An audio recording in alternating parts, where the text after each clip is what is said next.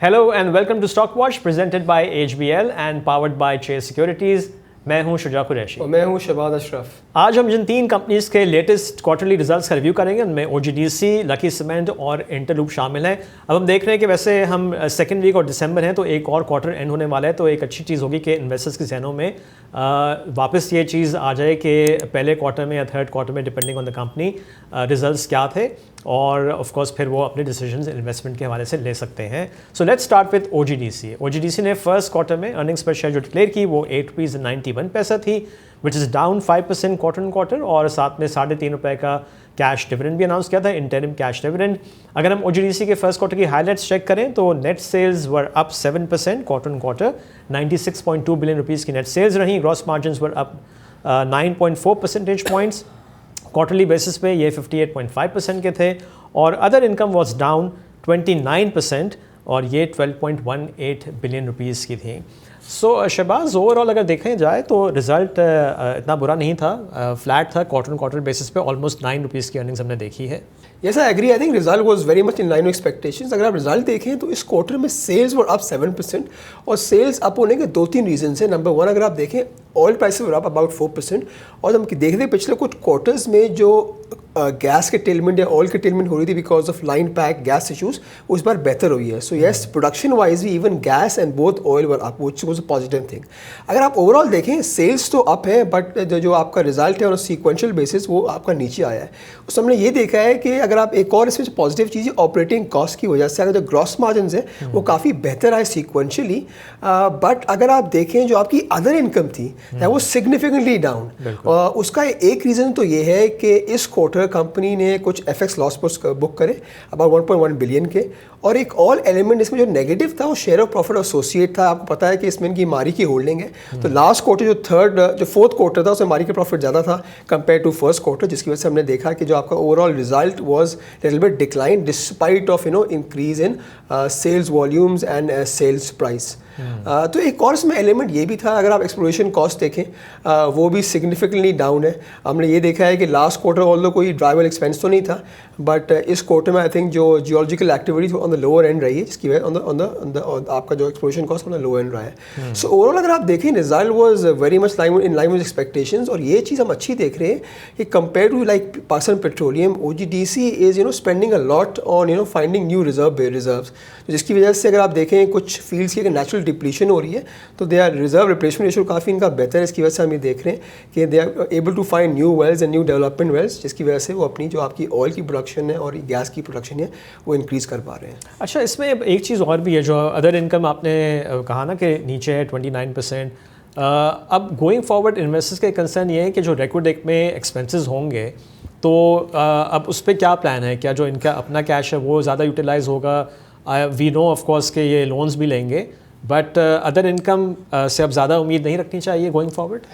देखिए, अगर आप यही other income year on year comparison करें तो एक बड़ा एलिमेंट है 6 बिलियन का absence of penal income. Because होता क्या था, इनका कुछ पेमेंट डिलेड मिलती थी फ्रॉम SNGPL, तो एक इंटरेस्ट चार्ज इनको मिलता था, वो अभी इनको नहीं मिल रहा। बट आपको ये भी देखना है, अगर आप कैश पोजीशन देखें कंपनी की on year on year basis and year on sequential basis, वो काफ़ी बेहतर है। उसका एक मेजर रीज़न ये है कि जो आपके ट्रेड डेट्स हैं वो हम सिग्निफिकेंटली डिक्लाइन देखा है, जो उनकी कैश कलेक्शन है वो बहुत बेहतर है। सो अगर आप इनके कैश देखें तकरीबन 222 अरब का कैश है।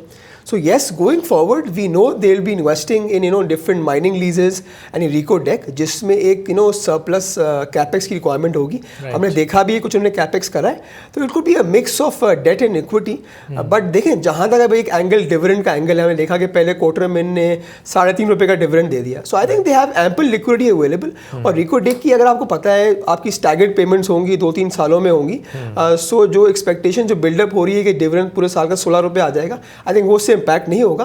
बट ये अच्छी चीज़ है कि yes, they have the cash availability and they have new options available where to invest, भले वो रिको डेक हो या भले वो डिफरेंट लीजिंग की तरफ हो। सो एक अच्छी चीज़ है, बिकॉज हमने लेटली भी देखा है कि दे हैव अबाउट 8.3% स्टेक है इसका रिको डेक में इफेक्टिवली, और एक डिसबर्समेंट तो हो चुकी कैपेक्स की, अभी आई थिंक आगे जाके फाइनेंशियल क्लोजर है।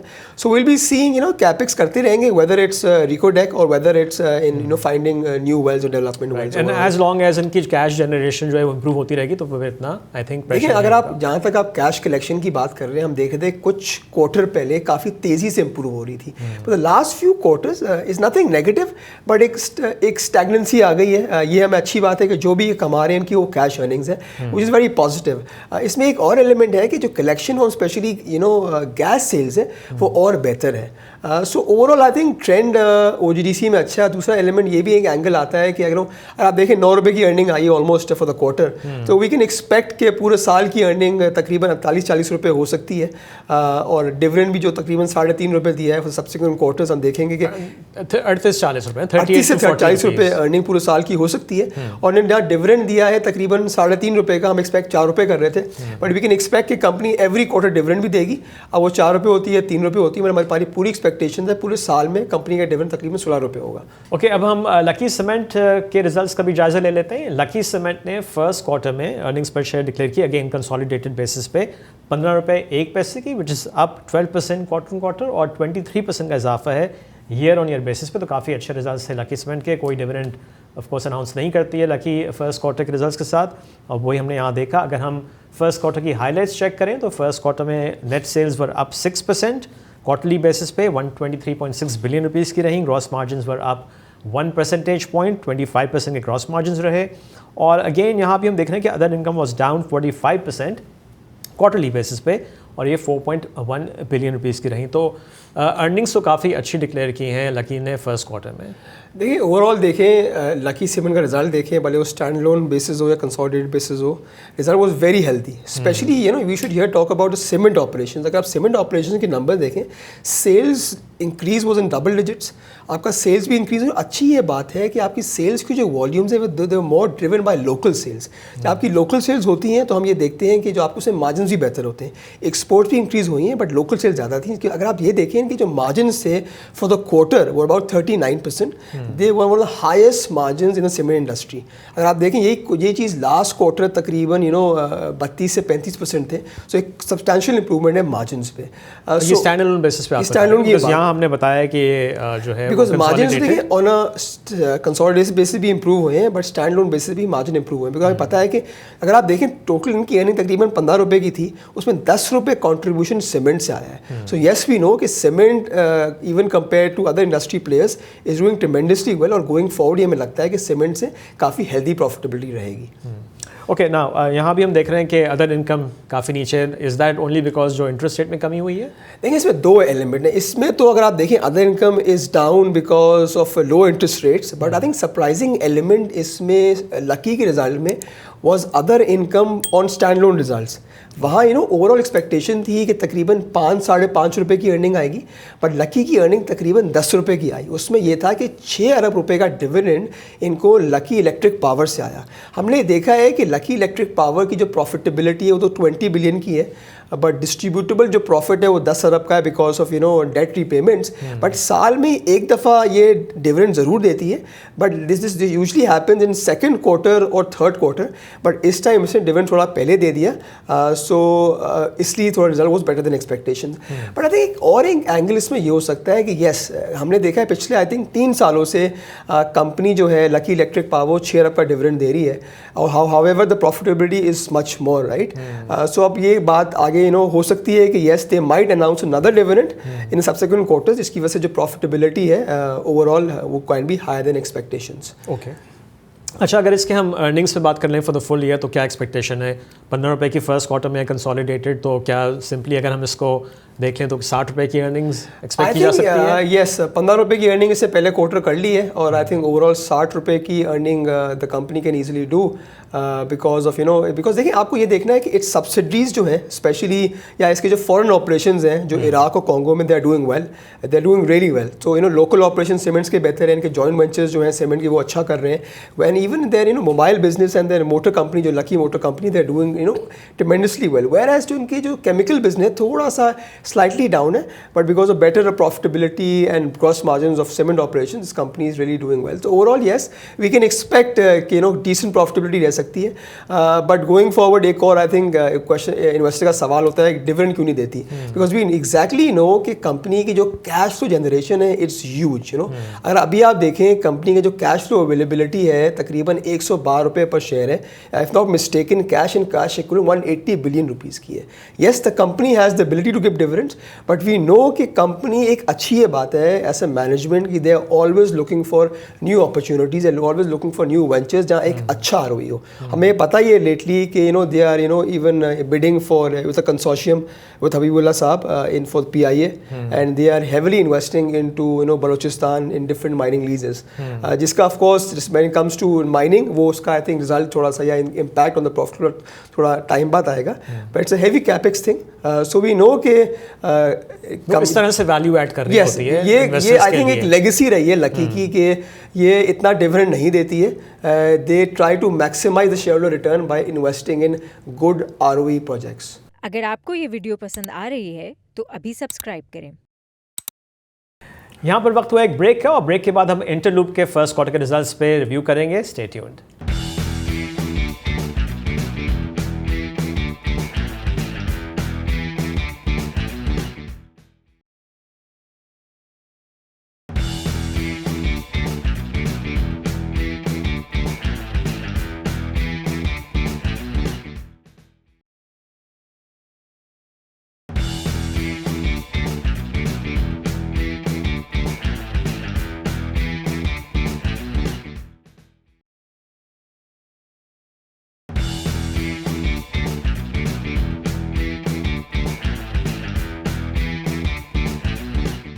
Welcome back to stock watch presented by HBL and powered by Chase securities.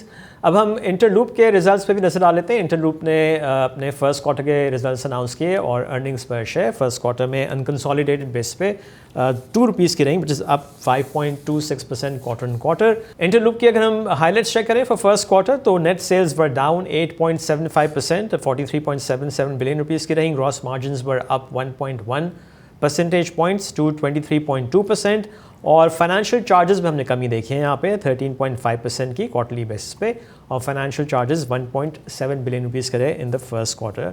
So again Interloop के भी रिजल्ट्स अच्छे हैं.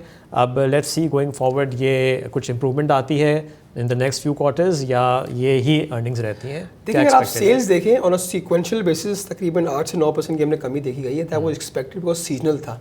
अगर आपकी सेगमेंट वाइज देखें वेदर इट्स सॉक्स सेगमेंट्स और वेदर इट्स अपैरल और denim segment, across all 3 segment हमें सेल्स डिक्लाइन देखा है.